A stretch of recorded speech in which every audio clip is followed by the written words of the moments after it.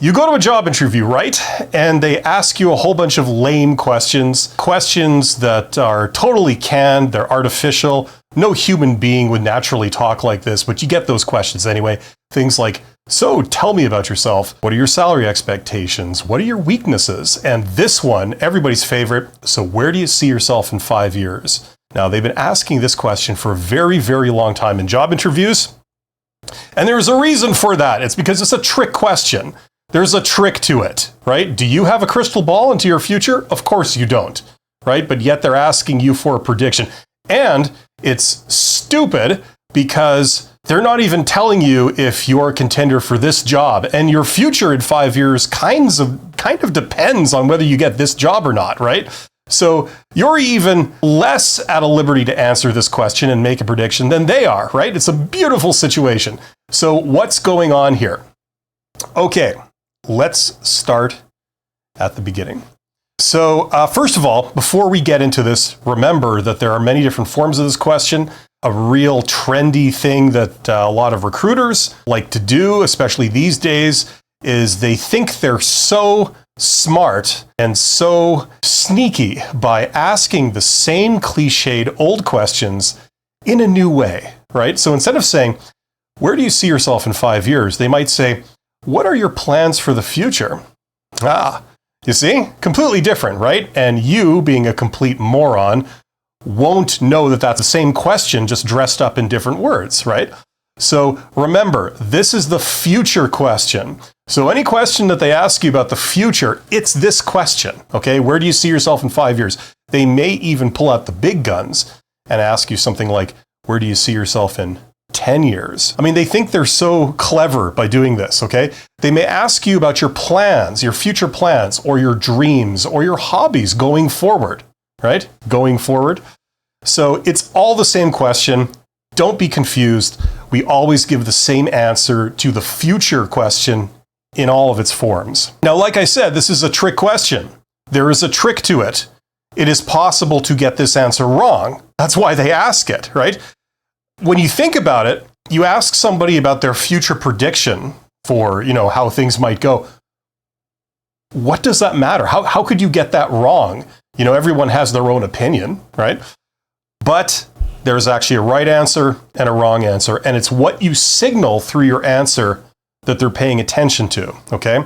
That's why they're asking this. Some employers are looking for a candidate that will want to stay in this role that they're interviewing for a long time. They don't want a candidate that's particularly ambitious. They want a candidate that's like a sheep.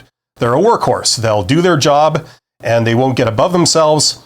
And if they applied for this job, then the expectation is going to be that they will be in that job for a long time if they get hired. What I mean is that the employer is not looking to hire somebody who will start in this job but then immediately want to jump ship and do another job, either get transferred to another department or climb the ladder and, be the boss and keep moving up. A lot of employers are not looking for that. So therefore, if you signal that that's who you are, you see this job as a stepping stone, as a way to get your foot in the door, then that's a red flag to them. They go, okay, you're really not the person we're looking for. Alternatively, other employers, they are looking for someone who's ambitious, right? This is the maddening thing about this. You don't know who you're dealing with.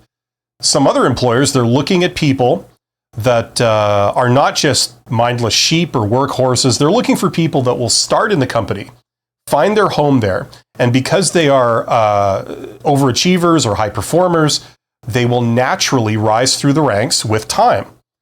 And therefore, you want an employee who's open to that. They have no problem with management or something like that. They would like to rise up if given the opportunity, right?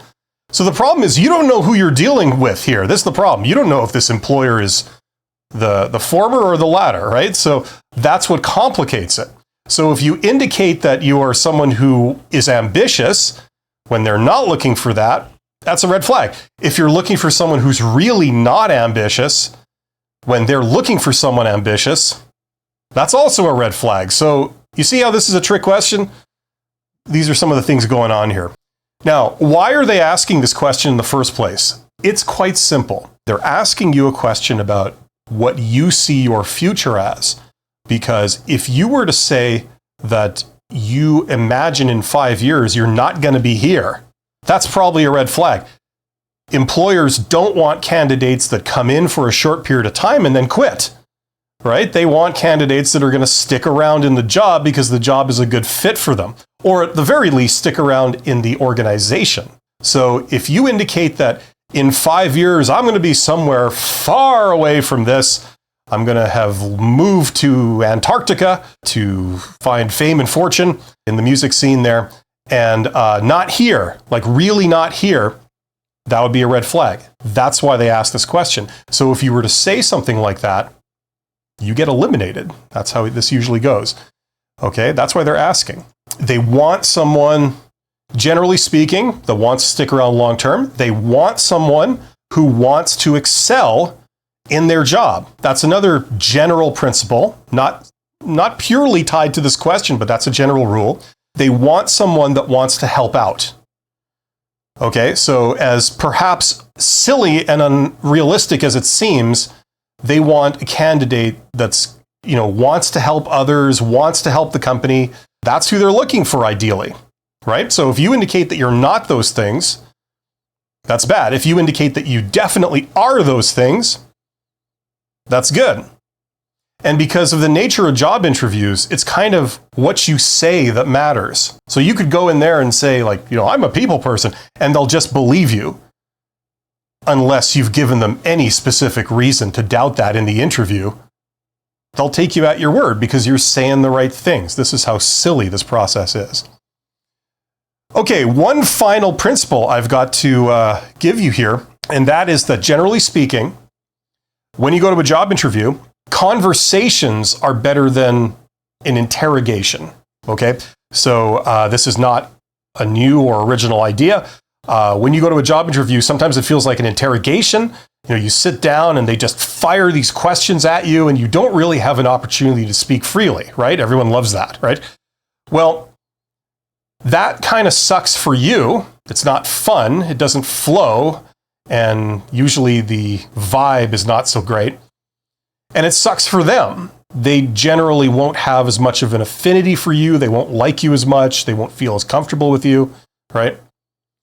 Alternatively, if you turn it into a conversation where it was more of a free-flowing kind of thing, they're not just reading canned questions that they kind of bark at you, but you're having more of a conversation. It's got flow.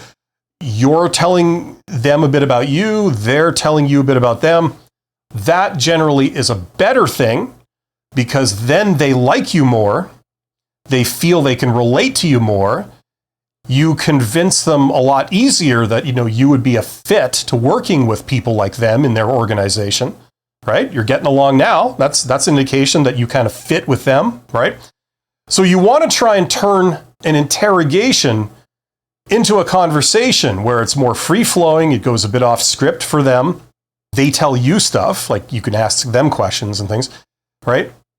How do you do this? Simple. When they ask you a question, you answer it, and then you end your answer by asking them a question. And then they are tempted to answer it, and then it sort of goes off script, and then you get more of a free-flowing conversation, right? Okay, so let's put all these principles together, all these things that I've just said in the last 5 minutes, and figure out how you answer this question. When they ask you, where do you see yourself in 5 years? Here's the best answer that I recommend. You say this, pretty short. You say, I see myself advancing based on my job performance. And you can also say like my high value job performance or my expert job performance or my masterful job, something like that shows you want to do a good job, right? I see myself advancing based on my job performance and likely taking on some new responsibilities. Do you mind my asking, where is your organization going in the next 5 years? What are your plans for this department going forward?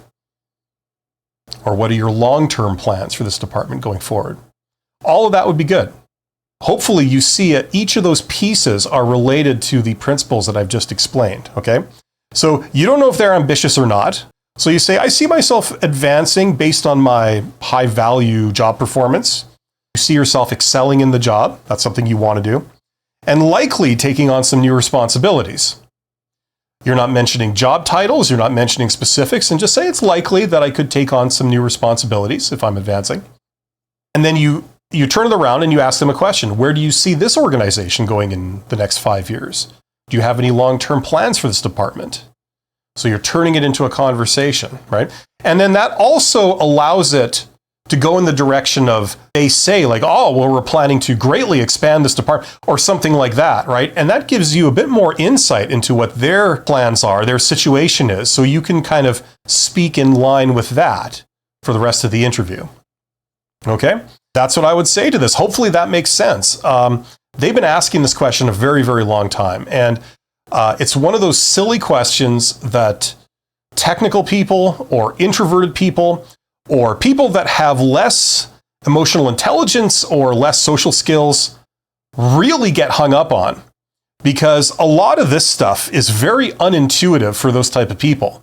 You know, you tend to take the question at face value and you think like, God, you know, I can't predict what's going to happen in 5 years. I don't even know if I'm going to get this job. And you might get upset, right, at the stupidity of the question. But this is how their reasoning goes. This is what they think, you know, it reveals about you and all this kind of stuff and what they're probing for. So hopefully that makes sense.